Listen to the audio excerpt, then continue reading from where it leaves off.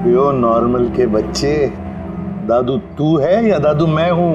अरे आप ही दादू हो, लेकिन इतनी चिंता क्यों कर रहे हो? इतनी चिंता क्यों कर रहा हूँ? 10 साल से गायब थे तुम, गायब।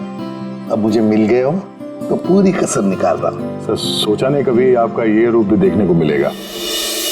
मतलब बड़े बड़े क्रिमिनल को धूल चटाने वाला एसीपी प्रद्युम्न आज अपने पोते के एक चीख से परेशान हो गया।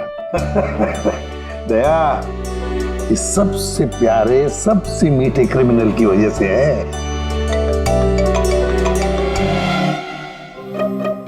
क्या हुआ, फोन कहाँ है? अर्जुन बेटा, लगता है आपके फोन में ना मेरा एक कॉल आ रहा है ना? तो मैं वो कॉल रिसीव कर लूं? पहले चॉकलेट दो। अरे आज तो मैं ऐसे ही आ गया था, अगली बार मैं चॉकलेट लेके आऊंगा।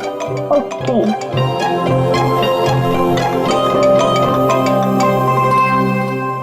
बड़े नॉटी हो गए हो तुम। क्या? कहाँ पे? ठीक है, हम लोग अभी पहुंचते हैं वहां। क्या हुआ? सर वो हेमसुगा के जंगल में एक लाश दफन मिली है कुछ लोगों को।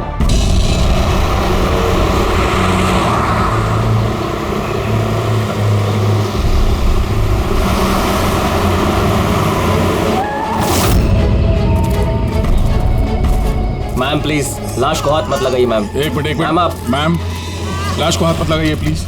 मैम प्लीज प्लीज मैम संभालिए अपने आप को। चाकू घूप के मारा? नहीं सर, चाकू घोप के नहीं, गोली मार दी गई है। गोली? तो ये चाकू का निशान? सर ये चाकू का निशान नहीं है, तलवार का निशान है। Cut cut cut cut cut यार, सुदेश पूरा टेक खराब कर दिया यार। हाँ सर पता है, लेकिन ये तलवार नहीं निकल रही है। देखिए आप खुद, अटक गई है। ये देखिए।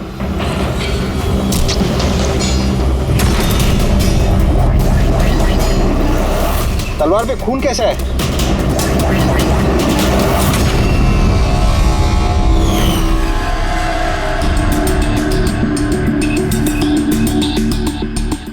मतलब ये बॉडी जमीन में पहले से दफन थी? जी सर। पेट पे गोली लगी है मैम प्लीज। और छाती पे कहीं भी एग्जिट रूम नहीं है, मतलब गोली अभी भी अंदर है, बाहर नहीं गई है। सर दूर से गोली मारी होगी और पीठ पीछे धोखे से गोली मारी होगी। या धोखे से मारी है या फिर ये किसी को देख के भाग रहा था यहाँ से। ये औरत इनकी बीवी है? जी सर, ये जो लाश है रविंदर की है, ये उनकी आईडी है और इनकी बीवी मालती।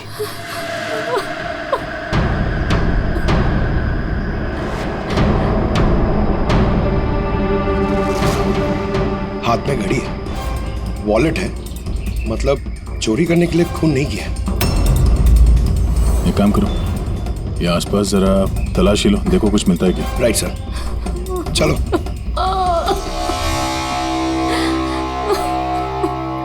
आपने आखिरी बार अपने पति को कब देखा था? आज सुबह 10 बजे। क्या काम करते थे वो? मकान किराए पे छुड़वाते थे और बिकवाते भी थे। मतलब एस्टेट एजेंट। हाँ। आज सुबह कहाँ जाने के लिए निकले थे? एक फ्लैट आज किराए पर चढ़ने वाला था, तो वही चेक करने गई थी कि वहाँ पे कोई सफाई या मरम्मत वगैरह की जरूरत नहीं है। सर। हाँ? सर यहाँ आसपास तो कुछ नहीं मिला, ना खून ना कोई सुराग। लगता है गोली यहाँ नहीं चली। क्योंकि सर गोली जंगल में चली ही नहीं। तो फिर कहाँ चली? हो सकता है फ्लैट में, जो आज किराए पर चढ़ने वाला था। आपको कैसे पता?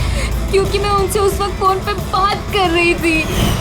बेबी मैं पूछ रही थी कि सब्जी कौन सी खाओगे? लंच का तो पता नहीं, मगर स्वीट डिश में क्या लूंगा वो मालूम है। मैंने स्वीट डिश नहीं, मैंने सब्जी पूछी है, सब्जी कौन सी खाओगे? अरे कुछ भी बना लो, तुम्हारे हाथ का तो कड़वा करेला भी अच्छा लगता है। तो आज फिर आपको कड़वा करेला ही खिलाती हूँ। अच्छा बेबी, मैं फ्लैट पहुंच गया हूँ, थोड़ी देर में कॉल करूँ तुम्हें? ये क्या? मारना मत मुझे। हेलो हेलो, मुझे मत मारना। नहीं रविंदर। हेलो, क्या हुआ? तुम कुछ बोल क्यों नहीं रहे? हेलो।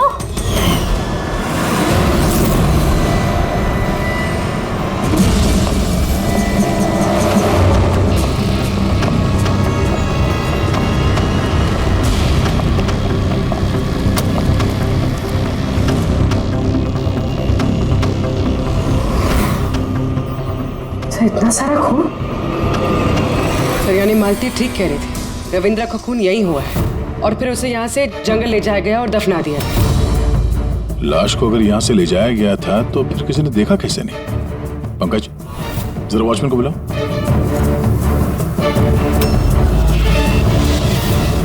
सर ये देखिए, बुलेट्स के निशान।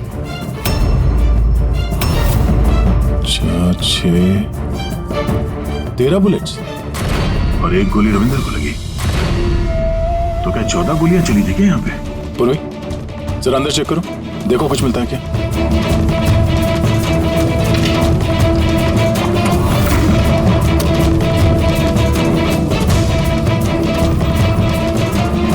सर, ये खून अंदर अंदर आओ। ये गोपाल है सर। आज सुबह यहाँ इस फ्लैट में खून हो गया। खून? उसके बाद लाश को यहाँ से ले जाया गया। तुमने देखा नहीं किसी को? कहाँ देखा? सर सुबह से मैं यहीं हूँ और बिल्डिंग में से कोई लाश नहीं गई सर। तो क्या लाश के पर लग गए और जंगल में जाके वो दफन हो गई खुद? सीसीटीवी फुटेज लेके आओ इस बिल्डिंग का, जल्दी। सर क्या हुआ? बिल्डिंग में मेंटेनेंस का काम चल रहा है सर, इसलिए सीसीटीवी फुटेज कैमरा बंद है सर। सीसीटीवी फुटेज भी नहीं है। अच्छा रजिस्टर तो होगा ना, कहाँ पे लोग आते हैं, एंट्री करते हैं, वो तो है तुम्हारे पास कि वो भी नहीं है? तो लेके आओ। सर बिल्डिंग में मेंटेनेंस का काम चालू है, इसलिए वर्कर लोग अंदर बाहर कर रहे हैं सर, इसलिए मैंने सुस्ती में नाम दर्ज कराना बंद कर दिया सर। सुस्ती के कारण एंट्री करना बंद कर दिया? तेरे सुस्ती मैं निकालता हूँ। सर मुझे माफ कर दीजिए सर, मैं सच कह रहा हूँ, बिल्डिंग के बाहर कोई लाश नहीं गई सर। तेरे साथ क्या करने वाला हूँ मैं तुझे बाद में बताता हूँ। जा वहां खड़े रहे, बाहर खड़े रहे। चल। सर मुझे तो लग रहा है ये जो वॉचमैन है ना, ये भी मिला हुआ है। सर पूरा फ्लैट खाली है, ये लड़कियों के कुछ कपड़े मिले हैं, हो सकता है किसी पुराने किराएदार के हों। लड़कियों के कपड़े और कोई सुराग? नहीं सर।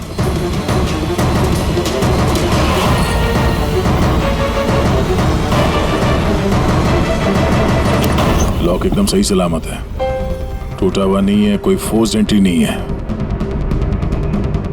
सर अगर ये पता चल जाए कि ये फ्लैट की चाबी किस किस के पास हो सकती है तो मुजरिम तक पहुंचना आसान हो सकता है। फ्लैट की चाबी मकान के मालिक के पास होगी या फिर किसी पुराने किराएदार के पास या फिर किसी ऐसे आदमी के पास जिसने इस फ्लैट की डुप्लीकेट चाबी बना ली हो। पूर्वी, इस मालती से पता करो कि यहाँ इस फ्लैट में पुराने कौन कौन किराएदार थे। सालुंकी, तेरे कहने के मुताबिक रविंद्र पर जो गोली चली वो फ्लैट में नहीं चली? हाँ बस मैं यही कह रहा हूँ। अरे गोली उस फ्लैट में नहीं चली तो फिर कहाँ चली? उसकी वाइफ ने हमें उसी फ्लैट के बारे में बताया और वहाँ इतना सारा खून मिला हमें। दरअसल जो खून फ्लैट में मिला है वो खून रविंदर का है ही नहीं। रविंदर का नहीं तो फिर किसका खून है सर? मेरे ख्याल से ये पता लगाना तो आप लोगों का काम है। यानी एक और लाश ढूंढनी पड़ेगी। एक नहीं अभिजीत, 4 लाशें। क्राइम सीन पे जो खून मिला है वो 4 अलग अलग लोगों का खून है। 4 अलग अलग लोगों का खून, लेकिन उनमें से कोई भी खून रविंद्र का नहीं है। मतलब 5 खून हुए। हाँ फ्रेडी, 5 लोगों का। तो हो सकता है कि जब ये खून खराबा हो रहा था उस फ्लैट में तो रविंद्र वहां पर पहुंच गया और उसने सब कुछ देख लिया।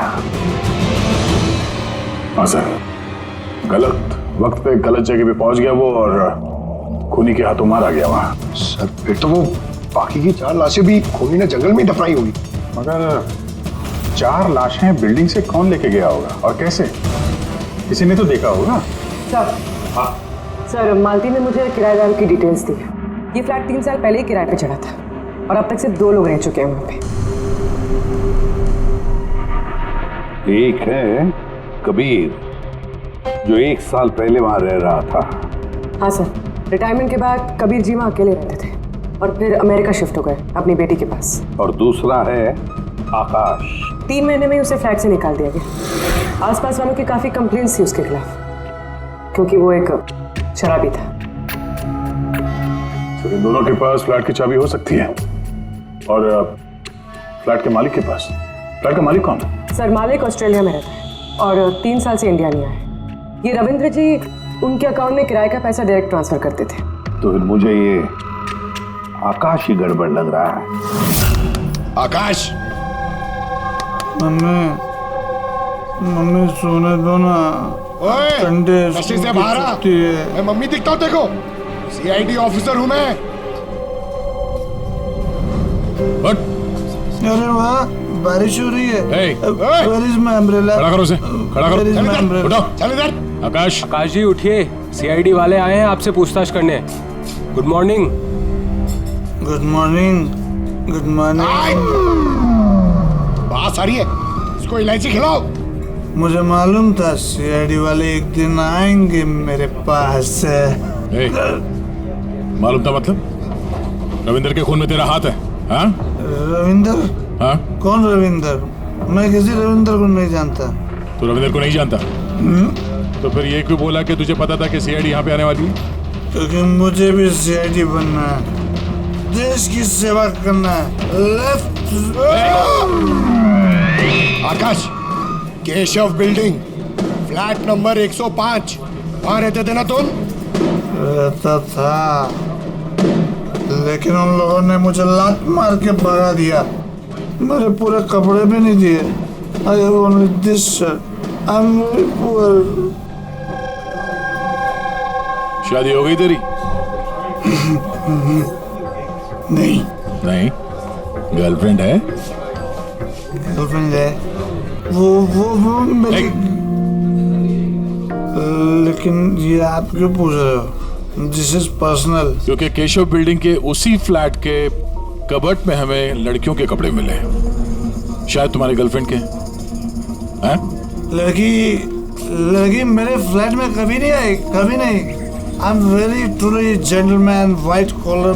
सर, ये कबीर जी सर, वो भी अकेले रहते थे, और इसके जाने के बाद वहां कोई रहा ही नहीं। रहता कैसे नहीं था? जब मैं अपना बाकी का सामान लेने गया था ना, तो वहाँ 2 लड़कियां थी। ये लो अपना सामान और निकलो यहाँ से। क्यों मालती?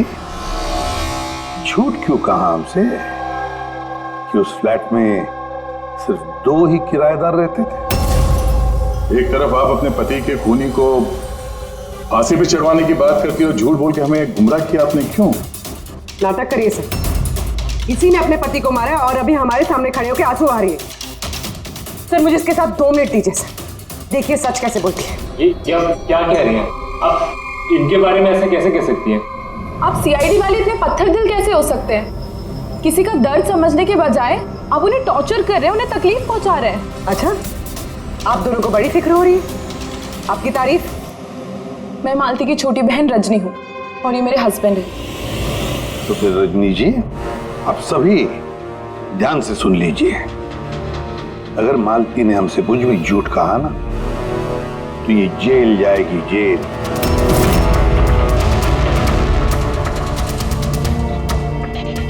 हाँ सर, मैंने झूठ बोला था क्योंकि सर बहुत सारे किराएदारों के हमने रजिस्ट्रेशन नहीं कराए थे।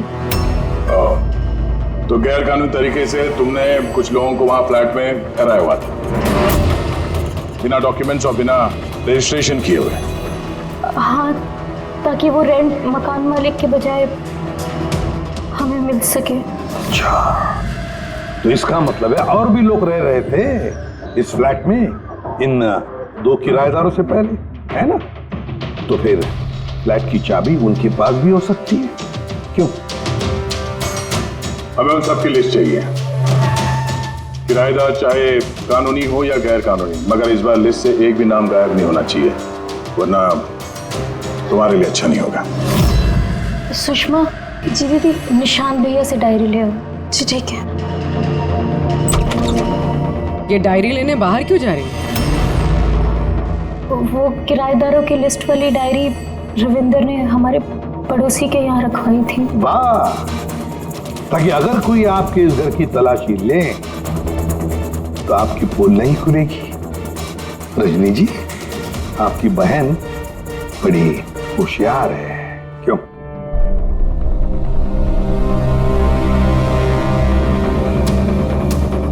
मालती भाभी, ये डायरी मंगाई क्या?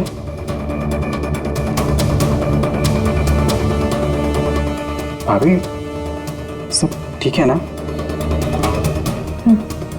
सर, हाँ, 8 और लोग हैं।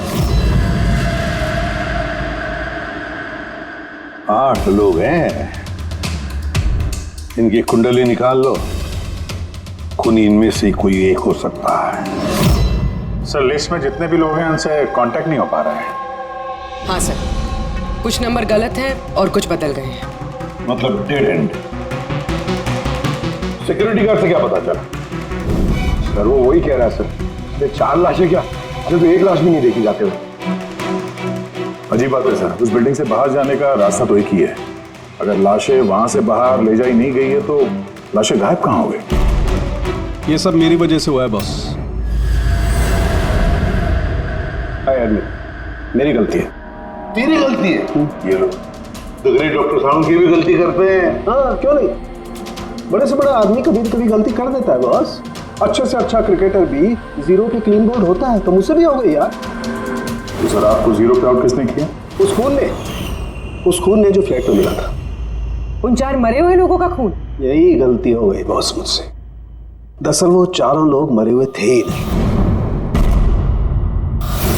क्या? मरे हुए नहीं थे? मतलब? मरे हुए नहीं थे मतलब जिंदा थी। पता है, जब मैंने उन 4 खून को अच्छी तरह से टेस्ट किया तो मुझे क्या मिला? स्टोरेज लीजेंस।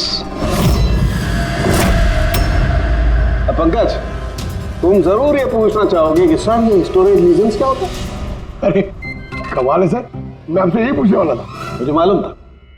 रेड ब्लड सेल्स जब अपना बदलाव करते हैं स्टोरेज के दौरान, उसे कहते हैं स्टोरेज लीजन। तो वो जो 4 किस्म के खून हमें वहां से मिले थे वो ताजा नहीं थे, स्टोर्ड थे। एग्जैक्टली। शायद किसी ब्लड बैंक वगैरह से लाया गया होगा। उन 4 ब्लड सैंपल्स में मुझे 4 अलग अलग किस्म की बीमारियों के लक्षण मिले हैं। एक में HIV, दूसरे में ल्यूकेमिया, तीसरे में हार्पिस और चौथे में डायबिटीज।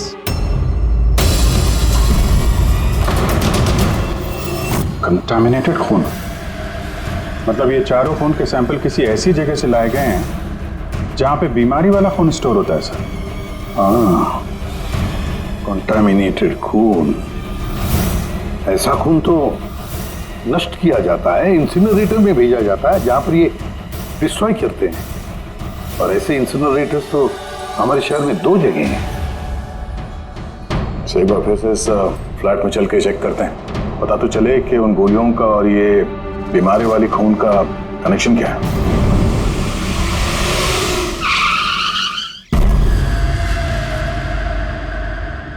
केस तो कुछ ज्यादा ही उलझता जा रहा है।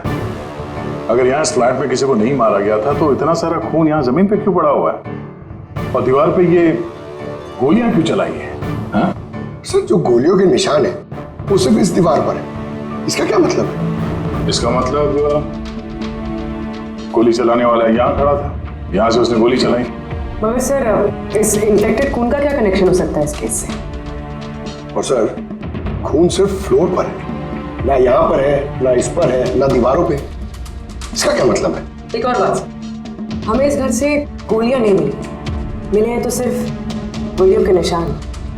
इसका मतलब है कि मुजरिम ने यहाँ इसको कमरे को साफ करने की कोशिश की है मगर पूरी तरह साफ नहीं कर पाया, उससे पहले उसे जाना पड़ा। क्यों? एक काम करो, स्प्रे लेके आओ, दीवार पे स्प्रे मारो, पता तो चले कि यहाँ पे है क्या।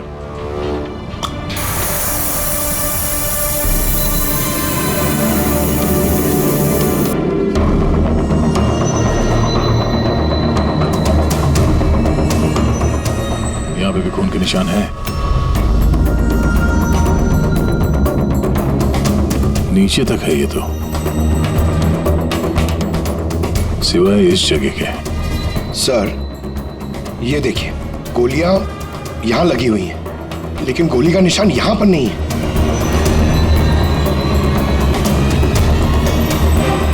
ये क्या? ये निशान, ये टायर के निशान जैसा कुछ है। मतलब बाइक लेके आए इधर? पंकज, वो टायर नहीं, वो जो फर्नीचर के नीचे पहियों पे लगा होता है टायर, वो रबर का।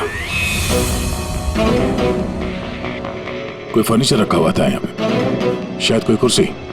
मगर सर हमने तो पूरा फ्लैट चेक किया, कुर्सी वगैरह तो कुछ भी नहीं है यहाँ पे। सर लगता है वो कुर्सी इसी बिल्डिंग में हुई, छुपाई हुई। एक काम कर रहे हैं, बिल्डिंग में ढूंढते हैं उसे।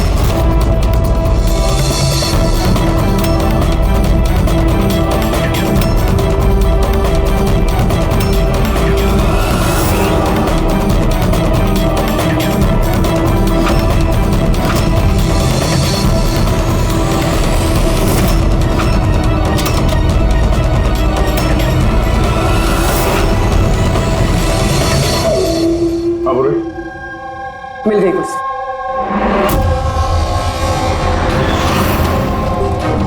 कुर्सी परफेक्ट।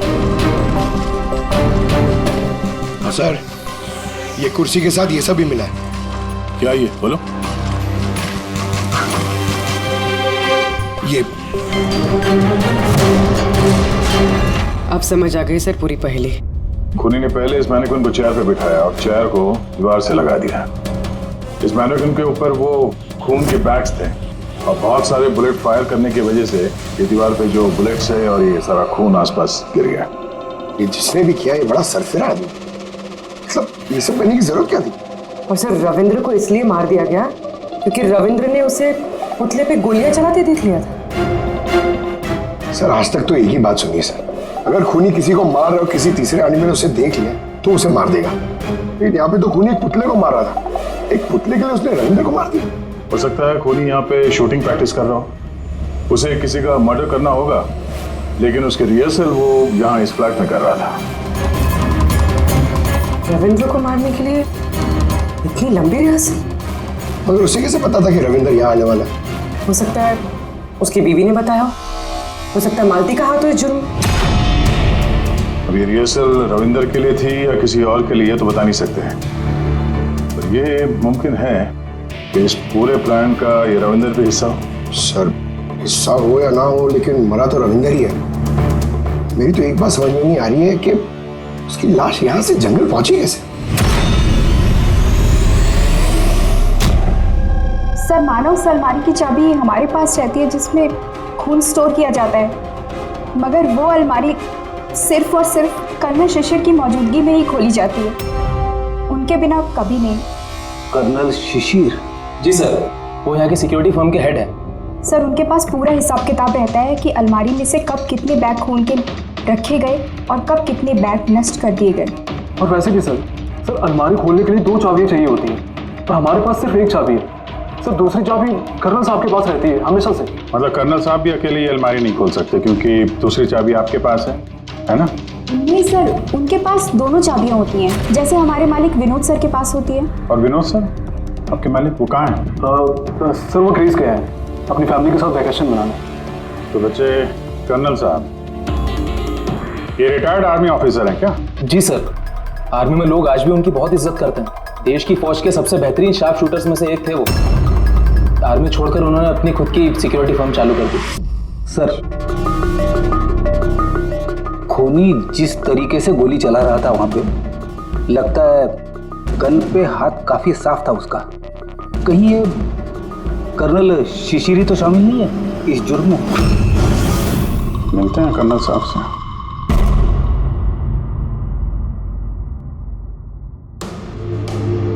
पंकज एक बात बताओ, अगर तुम्हें किसी पे गोली चलाने की प्रैक्टिस करनी है तो वो कैसे करोगे? और फायरिंग रेंज जाऊंगा और प्रैक्टिस करूंगा सर। एग्जैक्टली, मैं भी वही करूंगा। कोई भी नॉर्मल इंसान यही करेगा, फायरिंग रेंज पे जाएगा और टारगेट प्रैक्टिस करेगा। लेकिन खूनी ने रिहर्सल करने के लिए इतना झमेला क्यों उठाया? हाँ सर, पहले इस फ्लैट में चोरों की तरह घुसना, फिर मैनिक्विन को यहाँ बिठाना, खून के बैग चुराना, सिर्फ प्रैक्टिस के लिए। और रविंदर सिर्फ इसलिए मारा गया क्योंकि उसने उसे प्रैक्टिस करते हुए देख लिया था कि खूनी कुछ बहुत बड़ा करने वाला है।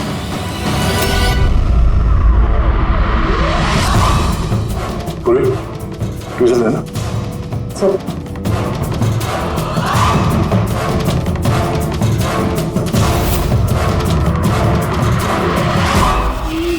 राइफल की गोली? ओह, इसका मतलब है गोली चलाने की प्रैक्टिस कोई यहाँ फ्लैट के अंदर से नहीं कर रहा था, कोई दूर बैठ के प्रैक्टिस कर रहा था राइफल की गोली से। हाँ सर, क्योंकि अगर राइफल नजदीक से चलाई होती तो गोली आर पार निकल जाती, कुर्सी भी नहीं हटकती। अब समझ में आया मर्डर रिहर्सल के लिए इतनी प्रैक्टिस क्यों। जिसका खून होने वाला है उस पे गोली कहीं दूर से चलने वाली है, कहीं दूर से। सर, आपके कहने का मतलब है कि गोली वहां वो बिल्डिंग से चली है? इतनी दूर से गोली चलाना मुमकिन है? वही तो, मतलब वहां से नहीं तो और कहां से चली होगी? पंकज एक काम करो, लेजर बीम लो और उस चेयर पे जो गोली का छेद है ना उसके पीछे से वो लेजर पास करना, एकदम सामने, पता तो चले गोली चली कहां से।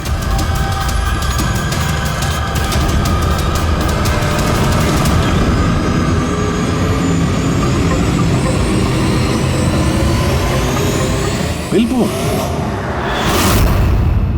कोई बिलबोर्ड से गोली कैसे चला सकता है, वो भी सड़क के बीचों बीच? कमाल है, सीआईडी वाले मेरे घर पे पहली बार आए हैं, वो भी मेरे आर्मी के दिनों की तारीफ करने नहीं बल्कि खून के लिए मुझ पे इल्जाम लगा रहे हैं। इल्जाम नहीं लगा रहे हैं, सिर्फ अपनी ड्यूटी कर रहे हैं, और ड्यूटी की अहमियत आप जैसे फौजी से बेहतर कौन समझ सकता है। तो आपको ये भी पता होगा अभिजीत बाबू कि आपके और मेरे जैसे सिपाही देश की रक्षा करते वक्त अपनी जान दे देते हैं, लेकिन अपने देश से और अपने काम से कभी गद्दारी नहीं करते हैं। देखिए, ना तो मैंने उस खून की चोरी की है और ना ही मैंने किसी का खून किया है।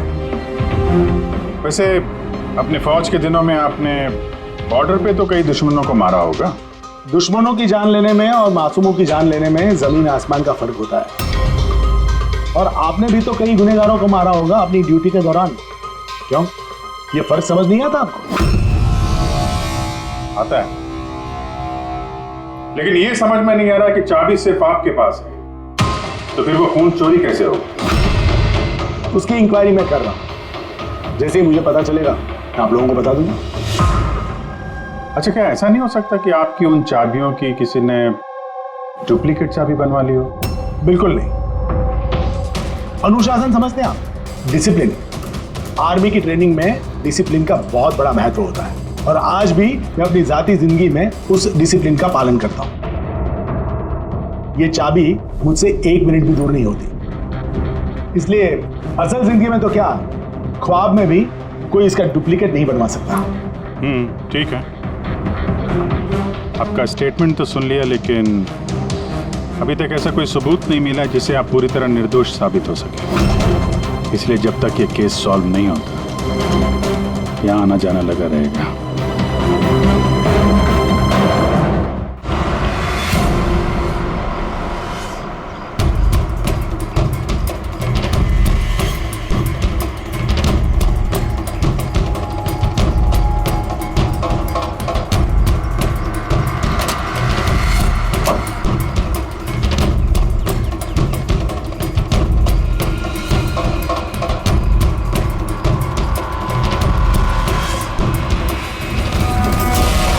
इस मेटल बोर्ड को नट से फिट किया गया था ऊपर। सूंघो इसे।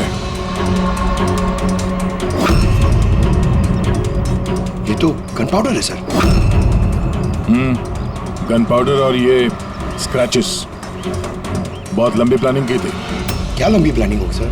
पंकज खूनी ने इस मेटल प्लेट का इस्तेमाल गोलियों की दिशा बदलने के लिए की थी। जैसे ही उसने इस मेटल प्लेट पे गोली चलाई, इस पे गोली लगने के बाद गोली की ट्रैजेक्टरी बदल गई और वो सीधे जाके पुतले पे लगी।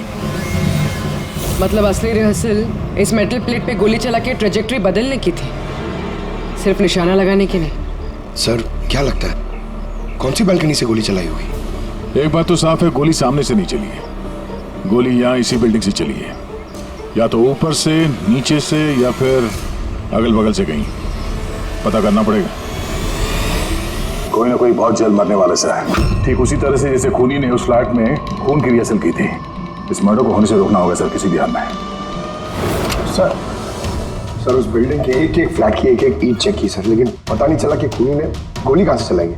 अगर इस खूनी ने बेड़ा उठाया रिहर्सल करके ही खून करने का, तो फिर वो वैसा ही फ्लैट ढूंढेगा जैसा फ्लैट उसे वो खून करते वक्त मिले। मतलब सर असली विक्टिम का जो फ्लैट होगा, खूनी ने ठीक उसी पैटर्न का फ्लैट ढूंढा होगा। हर बिल्डर का अपना एक अलग पैटर्न होता है फ्लैट्स का। एबीसी का अलग, XYZ का अलग। तो हमें उस पैटर्न का फ्लैट देखना होगा सर, जैसे वहां उस रिहर्सल में यूज हुआ था। सर ये बिल्डिंग तो आकव बिल्डर की है और इनकी कुल मिलाकर 24 प्रॉपर्टीज है पूरे शहर में। मतलब जिसका खून होने वाला है वो 24 बिल्डिंग में से किसी एक बिल्डिंग में हो सकता है। लेकिन 24 बिल्डिंग में से 7 बिल्डिंग्स ऐसी हैं जिसका पैटर्न इस रविंदर के फ्लैट से मिलता है। मतलब हमें 7 के 7 बिल्डिंग ढूंढनी पड़ेंगी। 7 बिल्डिंग, अगर एक बिल्डिंग में 50 फ्लैट है तो 350 फ्लैट, सब बहुत ज्यादा वक्त नहीं लग जाएगा। अगर चाहे जो कुछ भी हो करना तो पड़ेगा ही। सर ये कर्नल शिशिर गड़बड़ आदमी है सर। ये सेना में शार्प शूटर था और ये जो खराब ब्लड डिस्पोजल करते हैं ना, वहां का चीफ सिक्योरिटी ऑफिसर है। अच्छा पंकज, ये ब्लूप्रिंट किसका है? ये रविंदर के फ्लैट का है सर, जहाँ पे मर्डर नहीं हुआ था बट रिहर्सल हुआ था।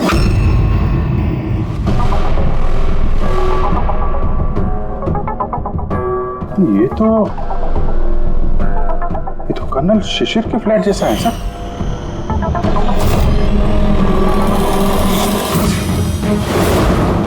क्या? हाँ सर, ये फ्लैट का लेआउट बिल्कुल कर्नल शिशिर के फ्लैट जैसा है। ये चेयर पे मैनिक्वीन है, ऐसे ही चेयर पे वो रोज शाम को 4 बजे चाय पीता है सर।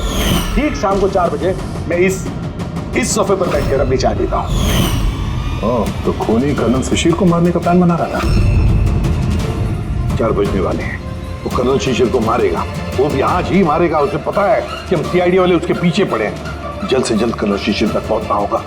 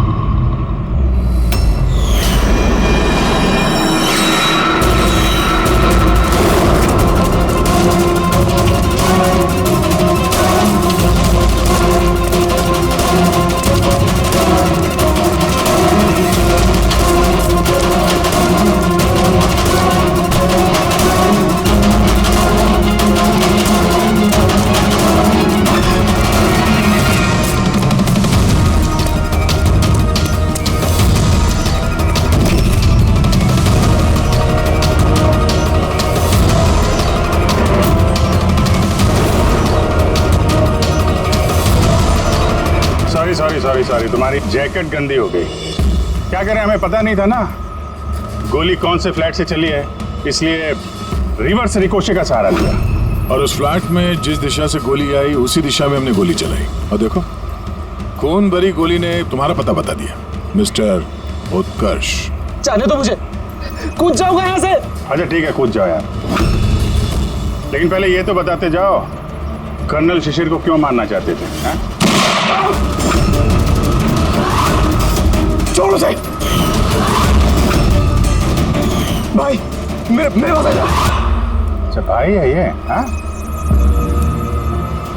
जा भाई, मिल ले अपने भाई से, जा। इधर आ जाओ। चल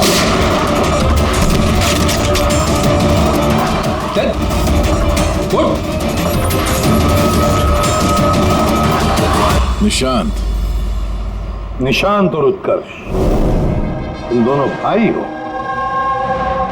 पर किस बात का बदला लेना चाहते थे तुम लोग कर्नल शिशिर से? कि बाप की मौत का। इस आदमी ने हम दोनों के सामने हमारे बाप की जान ली। तुम दोनों दीपक के बच्चे हो? मैं आज भी नहीं भूल सकता, जिंदगी में पहली बार ट्रिगर पे उंगली रखे और मेरे हाथ कांपे थे, क्योंकि मैं दो मासूम बच्चों के सामने उनके बाप को नहीं मारना चाहता था। दीपक एक आतंकवादी था और अगर मैं उसे नहीं मारता तो उसने जो बम रखा था शहर में, उससे कई मासूम लोग मारे जाते। मर जाते तो मर जाते, कम से कम हमसे हमारा बचपन तो नहीं छीनता। इतना प्यार करते थे हम अपने पापा से। ने उसी दिन कसम खा ली थी कि इस आदमी को हम वैसे ही मारेंगे, वैसे ही राइफल से। इसलिए मैंने पता लगाया कि तुम कहाँ काम करते हो और फिर उसी कंपनी में नौकरी करती। तुम्हारे घर का एड्रेस भी पता लग गया और फिर किसी ना किसी बहाने तुम्हारे घर आकर मुझे तुम्हारा डेली रूटीन पता लग गया। और उसके बाद मैंने एक ऐसे फ्लैट की तलाश शुरू कर दी जिसका डिजाइन और लेआउट बिल्कुल उसके फ्लैट जैसा हो। जैसे ही मुझे रविंदर का फ्लैट मिला, मैं उसके पड़ोस में शिफ्ट हो गया। मैंने उससे दोस्ती कर ली और दोस्ती के बहाने उसके घर आते जाते उसके घर की डुप्लीकेट चाबी बनवा ली तुमने? हाँ? और फिर मैंने उस खून वाली अलमारी की भी डुप्लीकेट चाबी बनवा ली, कंपनी के मालिक की चाबी की मदद से, उनके ग्रीस जाने से पहले। जब रविंद्र फ्लैट में आया तब क्या हुआ? उसने मैं मर्डर का रिहर्सल करते हुए देख लिया। अगर मुझे नहीं मारते तो हमारा पूरा प्लान चौपट हो जाता। और फिर निशांत उसे घर के बाहर लेकर गया। सुन, ज्यादा होशियारी की ना तो वहीं गोली दाग दूंगा। चल। और मैं पीछे घर के अंदर ही रुक गया साफ सफाई करने के लिए। उसके बाद निशांत रविंदर को जंगल लेके गया और वहीं पे मार डाला और उसकी लाश भी वहीं दफना दी जंगल में। हाँ, अगर वो बेवकूफ लोग वहां फिल्म की शूटिंग नहीं कर रहे होते तो तुम लोग को ये लाश मिलती भी नहीं। भूल गए तुम कि कोई भी गलत काम, कोई भी जुर्म छुप कर नहीं रह सकता, सामने आता ही है। एक बात बताओ उत्कर्ष, फ्लैट की साफ सफाई करने के बाद भी वहां पर खून कैसे मिला? क्योंकि इससे पहले मैं पूरी सफाई करता आप लोग वहां पर आ गए। मैं दीवार से गोली निकाली, उसके ऊपर का खून साफ करा, टेरेस पर कुर्सी और मैनिक्विन रखकर वापस आ ही रहा था कि वहां आप लोग आ गए। अब जेल की सलाखों के पीछे बैठकर बदले की आग में क्या खोया क्या पाया, ये सोचते बैठना, कानून तुम्हें कड़ी से कड़ी सजा देगा।